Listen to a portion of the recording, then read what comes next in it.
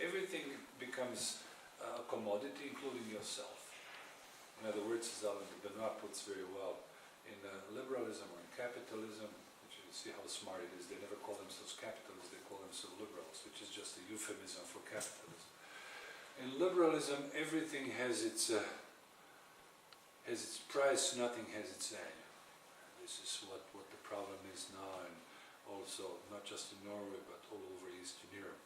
So again, from my perspective, I can tell you in Eastern Europe, on the one hand, yes, we got rid of communism, this brutal system of open, violent repression, and now we are replacing this system with much more subliminal and insidious capitalist system, whose end results will prove to be far worse than communist. I hope I'm not bothering you too much. Can you follow me, guys? Am I probably, if I'm too academic, we can always tone it down, and we can lower a little bit, and I can give you some more examples. Now, as I said, the purpose of this gathering was identity. Identity. We hear about this word identité. Identité, as the French call it. Of course, we talk about identity because when we are starting to lose our identity, then we raise this issue of identity. My grandparents and my parents didn't have problems with their identity because they knew who they were. See, they belonged to the Catholic Church, they belonged to the Christian people, and so on. But now this, who is your friend? You have no idea. Everything is topsy-turvy. Borders are changing, people coming and going, and you wonder who you are. On top of it, we've got to make a distinction here between learned identities and, or rather, acquired identities and inborn identities. This is an academic term, but you need to know it. I'll explain. Now, all learned identities are, for instance, everything that you acquire. Like, for instance, if you're a member of a club, or even some professional club, or even some political club, this is all learned identities, or rather acquired identities. And what I mean by inborn identities is something that you cannot erase. But unfortunately, this identity that cannot be erased, that is genetic, so to speak, unfortunately it's not being talked about very much for obvious reasons. You can guess which one that is. Okay, let me give you an example. Scholars talk very much about this. I'm sure professors at the sociology department here at Oslo University talk very much about this. They pontificate stupidities also.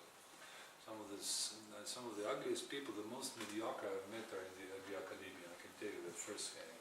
I prefer sometimes talking to simple workers, blue-collar workers who have more spirit and more than all those quote-unquote intellectuals. Now, all in this modern globalistic, liberalistic system, most of all quote-unquote identities, if you are a member of a, I don't know, Buddhist, if you are a hippie, if you are a sun worshipper, if you are a junkie, or if you are a Hare Krishna, these are all acquired identities. But they can also be very well discarded. They can be changed. People change their identities, you know. Even after all, we can say that one of the acquired identities is our nation. Keep that in mind. Even our language. There are many Norwegians who went and settled down in Dakota in the United States of America 100 years, 150 years ago. This can be changed. The language can be changed. I became an American. I was sick and tired of communism and communist Yugoslavia, so I wanted to become an American. Now I don't know myself who I am right now, both on the legal level and on the philosophical level. But there is one identity which cannot be learned, which cannot be acquired, and which is inborn. I'm sure you know which one.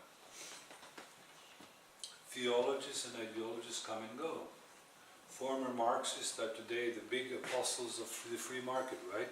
Former Freudians, they don't read Freud. Who reads Freud anymore? Because he's discarded, although he ruined millions of lives of young students. Let's come back now. I'm sure you can guess. Which is the one identity which you simply cannot erase? Which is not politically correct? A race. You cannot erase your race. I'm sorry to say that. I'm sorry to say that. Why? Well, you know why. Because certainly, if I can just dwell for a second, race is a very, very, very heavy topic. even the word itself, especially in German, has two consonants.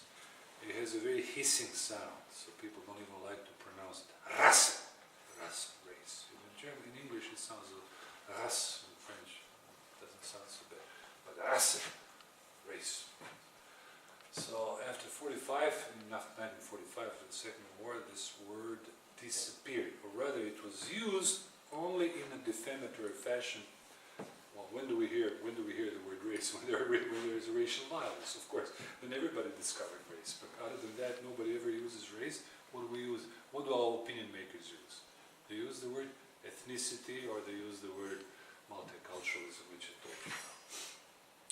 Yes, I guess I can tell you, if you find time, I certainly would then suggest you and refer you to some academic good literature, even by some of my colleagues, who wrote about this inborn identity. Even if you don't feel very much for this inborn identity, there are many whites, I mentioned them a while, those respectable conservatives who couldn't give a damn about the future of this country, who are more interested in bringing cheap labor. In fact, they are the worst racists, I can tell you that. They couldn't care less about us Muslims, or for that matter. They just bring cheap labor here, those capitalists. They hurt the sensibility of those people who they bring here, and they hurt in the long run also the future of their children. Oh, what I wanted to tell you, there is a substantial literature now. I don't want to again sound like a top-notch expert on race. There are experts much more than me, but I did some studies on it, and I wrote quite a bit about this. My recent articles deal with that from a more or less scholarly perspective. Historical perspective. I'm not going into analysis of genomes and chromosomes and criminal chromosomes, so that's a nice expression. But the fact of the matter is that race is an undeniable factor of life, and that I mentioned a while ago how the prison profile, the prison population looks like in America, and this is certainly not, didn't drop from the moon. There must have been some other reasons for that. But for that matter, there is no question. Well, here's an example. This is how you can shut up your leftist opponent. He calls you a racist. Well, then you start to, no, I'm not a racist. Don't use that type of expression. Don't be negative. Well, just ask him rhetorically.